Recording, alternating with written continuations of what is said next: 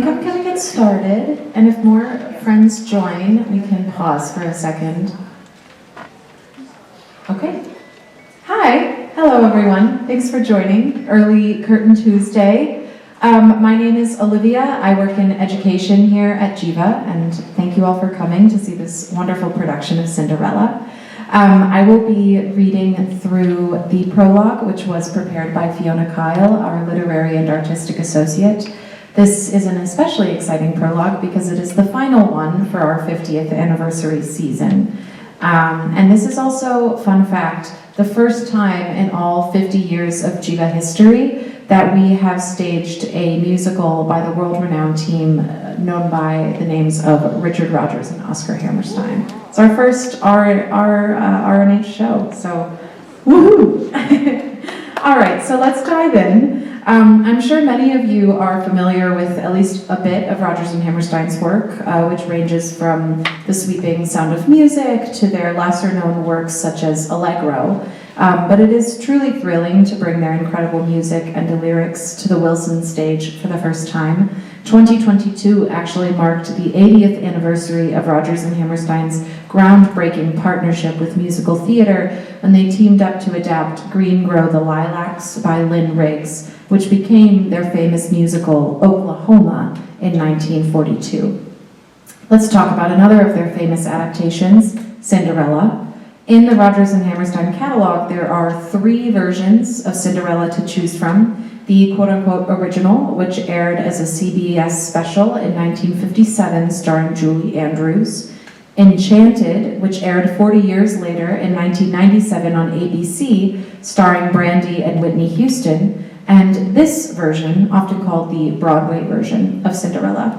Before I jump in to talk about this version you're seeing today, I want to talk about the original just a little bit. Rodgers and Hammerstein, of course, wrote for the theater, but in the late 1950s, they wanted to try the medium of television. The now retired head of RNH's organization, Ted Chapin, had this to say about that.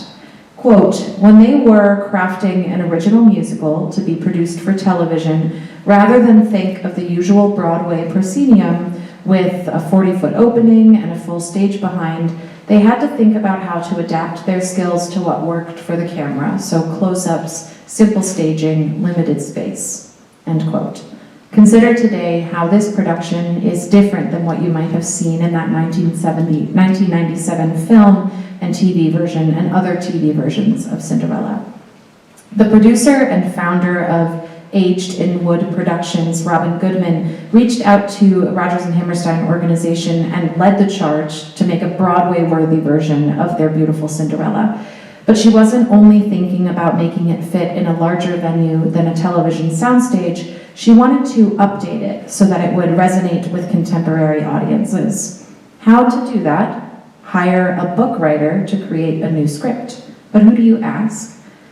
For those of you who were with us last season and saw Sister Act, this name might be familiar to you. They reached out to Douglas Carter Beane, who also rewrote the book for Sister Act when it went to Broadway. Who saw that here this past summer? Wasn't it fun?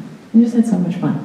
The original book by Oscar Hammerstein II was his source material, and Beane brought Cinderella up to the 20-teens. This debuted on Broadway in 2013 because Robin wanted the characters who would take charge of their own lives and destinies to lead the play, rather than passive characters. It was important for Ella, our star, to have agency, rather than just landing a prince because of her shoe size. Ted Chapin also said, the creators of this version wanted all of the magic to happen in front of the audience's eyes with theater magic. We'll talk a bit more about that theater magic that our director, Shelley Butler, brought to Geva's production in just a bit. Now some brief history. As you'll read in your program in Cinderella and the Evolution of a Fairy Tale, the most well-known version of Cinderella, the story hails from France, which serves as an inspiration for Rodgers and Hammerstein's Cinderella. Written by Charles Perrault, and I'm very bad at French also, I apologize. I never took it, I took Spanish. In 1697, his version was entitled, here we go, Cendrillon ou la petite pantoufle de verre.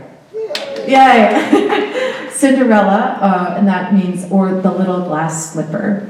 Perrault was writing during the reign of King Louis, or the Sun King, Louis XIV. He lived at the Palace of Versailles, and during his reign they completed the Hall of Mirrors, one of the most famous galleries in the palace, which was used to illustrate his power. Now, what does the Sun King and his Hall of Mirrors have to do with this story? In addition to being a writer, Charles Perrault was actually a secretary in charge of outfitting Louis XIV's palaces and setting up a royal glassworks in France. Because of his work, he made it so that glass no longer needed to be imported from Venice. Many believe that his time spent creating glassworks is why Cinderella's slippers went from being made out of leather or fur to being made of the famous glass. I don't want to spoil anything you're about to see, but when Cinderella's famous slippers make their incandescent appearance tonight, see if you can determine what they're made from and have fun reflecting on that. Another fun fact about King Louis XIV is that his younger brother Philip, Duke of Orleans, was an early fashion icon who preferred wearing high-heeled shoes. Much like the origin of contemporary fashion designer Christian Louboutin's red-soled shoes, Philip walked around Paris and his heels were stained red. He loved the look of it so much that he painted all of his heels red. Then King Louis XIV loved his red shoes so much that he forbade anyone who was not an aristocrat from wearing them in what's known as a sumptuary law, which was a law designed to restrict excessive personal expenditures in the interest of preventing extravagance and luxury among the lower classes. The king's love of shoes is something to think about when you're watching Cinderella, and his love of red-heeled shoes is something to keep in mind when you join us at the start of next season for another beloved family favorite, The Wizard of Oz.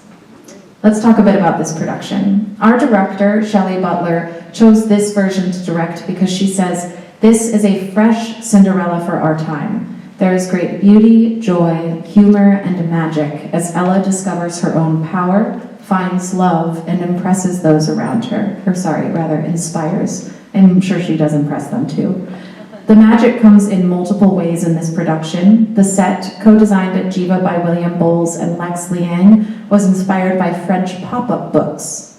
Isn't that cool? You can find out more about them by looking at the big screen in our lobby. But as you're watching today, consider the different elements of pop-up that you'll see, like lift the flap and movable pieces, which were part of the history of pop-up books. See how many references you can spot in the show today. The other magical element that was important to Shelley in the design was mechanical magic, not dissimilar to pop-up's lift the flap, where you could pull a string or flip a lever and watch something transform. Transformation is a huge part of Cinderella, of course, and Shelley wanted it to feel both magical and a little organic. That's the theater magic that Ted Chapin mentioned when talking about the first production of this version of Cinderella. I don't think this is a spoiler for anyone, but you know the woodland creatures who help Cinderella get to the ball? And this is a spoiler. Unfortunately, there is no Gus in this version. I was also devastated. Anyway, in today's performance, you'll see those creatures performed by actors and puppets. Shelley said that in rehearsals, her associate director, Jessica Atchiller, had to remind her to move on from working with the puppets because she was having such a blast playing with them and our wonderful actors who operate them. They are truly delightful. The other members of Shelley's brilliant creative team include Angela Steiner, who did the musical direction and our additional arrangements, Jessica Chen and her gorgeous choreography, wigs by Jason Hayes, sound by Geva's own sound supervisor, Andrew Mark Wilhelm, and lighting by Alan C. Edwards. And costumes were by Lex, who also worked on scenic design. We're especially thrilled to have Alan's work on stage because he's from Henrietta. And it's always wonderful for us to celebrate the talent that's grown here in the greater Rochester area. Finally, I want to leave you with one of the most important things to Shelley about this production of Cinderella, which is that she wanted to direct an inclusive fairy tale. Cinderella's story is one that can resonate with everyone, especially in this version where Ella is the one who helps spark a revolution in her kingdom. And I hope you'll see some of yourself reflected in today's performance. All right, we have a couple minutes for just some questions. I know I just spoke very quickly, so if you need to take a moment, that's okay too. Anyone have a question right away? Oh, so the question is, what are pop-up books? It's a form of children's books. I would say they're adult books too, because they're very fun, but it's when you open the page, the paper pops out at you, literally and physically on the page, so there's this geometric design so that it will push out of the book, and it's 3D rather than just looking at a picture. Mm-hmm. Good question. Anyone else? So you're saying that it's puppets, so the carriage would be animals taking her to the ball. Is there a carriage, or is that a puppet too? So the question is there a carriage to take Ella to the ball, or is that also a puppet? I don't want to spoil too much of the magic, but there is a carriage, and you will get to see the puppets transform into their magical counterparts. Which is very fun. It's a very fun sequence on stage, and they do a great job with all of the movement. Yes? So this is a musical, and where is the music coming from? This is a musical. Where is the music coming from? It sure is a musical. Surprise! The music is coming from a 7-piece orchestra, which is below the stage, and they are playing live. And they're really very good. Anything else? So most of the people in there, right? Mm-hmm. Have they been here before, or is this their all? Sure. So the question, if most of the actors in the play, have they been here before, or is this their Geva debut? Most of our actors in this production are professional. They work around the country, mainly in New York and other big cities. And I don't know specifically if any of them have performed here before. I know Shelley, the director, Alexis, who plays our Cinderella, has performed in a show here. And then the director, Shelley, directed a show here at Geva. We also have 4 Nazareth students in the ensemble, either recent graduates as of next week, or rising juniors and seniors. And they're wonderful. They are doing a great job.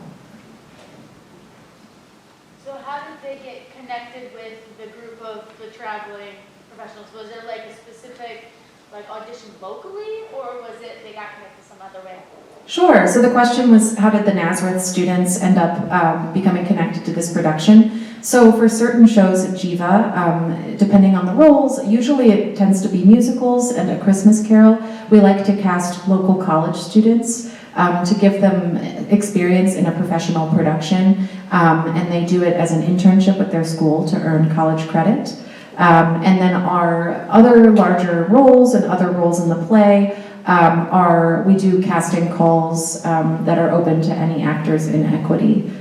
So those can be people from all over the country. And sometimes, for example, this production was also done at Alabama Shakespeare, and so some of the actors in this production were in that one as well, including Alexis. She is now stepping into Cinderella's glass slippers yet again. Yeah. All right, and one more? Sometimes the productions are co-produced or something, or be presented somewhere else. Is this like that? Will the scenery be used somewhere else? Sure. So this scenic design is new, actually. It's some of the same original team, like Shelley, the designer, or the director, rather, excuse me. But I don't believe this production is going anywhere after this. But we do what we call co-pros, sometimes co-productions with different theaters, so that we can bring some of the work they've done there here. And there's some next season that will be in that style as well. All right, I think that's it. You are all in for a treat. You're going to walk out of here smiling, I promise. And thank you so much for joining for today's prologue. Please enjoy the show, and we do ask that you leave the theater just for a bit so that the actors can do some preparation work for the show. But it's a great time to go grab a cookie. All right, have a good night, everyone.